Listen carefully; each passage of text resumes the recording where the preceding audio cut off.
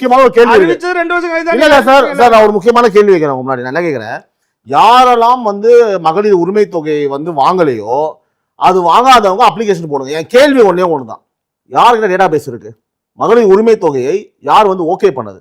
மகளிருக்கு 1,00,000 பேர் இருக்காங்க. மகளிர் 90,000 பேருக்கு வந்திருக்கு. 10,000 பேர் வந்து உங்ககிட்ட தானே இருக்கும். இப்ப புதுசா ஒரு நாடகத்தை போடுறேன், யாரெல்லாம் வந்து திரும்ப வாங்க குழப்பறது மக்களை. அவன் திரும்ப வருவான், 1,00,000 பேர் வருவான். நான் கடைசியா ஒரு கேள்வி கேட்கிறேன். உடன்பிறப்பே வா போனீங்களா? ஆமா, எங்க முதலமைச்சர் முன்னாள் முதலமைச்சருடைய டயலாக் தான் அது.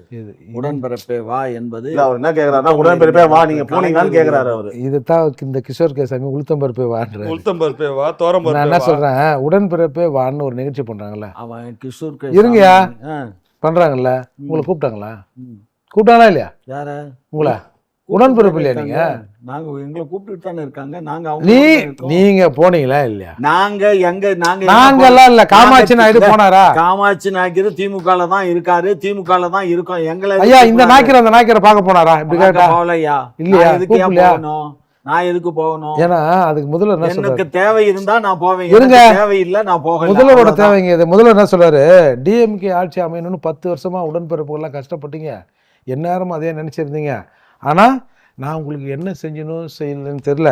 நீங்கள் வந்து உங்களோட மனக்குமுறல் இருக்குல்ல, இந்த கருமத்துக்கு தானா 10 வருஷம் கஷ்டப்பட்டு இந்த ஆட்சிக்கு வந்து நம்ம வர வச்சோம் அப்படின்ற மனக்குமுறலை நேராக அறிவாலயத்துக்கு கூப்பிட்டு, இது பாரு நான் ஏதோ தப்பு பண்ணிட்டேன், இந்த தடவை அதே மாதிரி கொஞ்சம் செய்யுங்க, அடுத்த தடவை விட்டுற பாருங்க அப்படின்னு மனக்குமுறலை நீக்குவதற்கு இண்டிவிஜுவலாக 1 to 1 கேட்குறாராம். அதால் நீங்கள் போனீங்களான்னு கேட்டேன். நான் போகல ஐயா.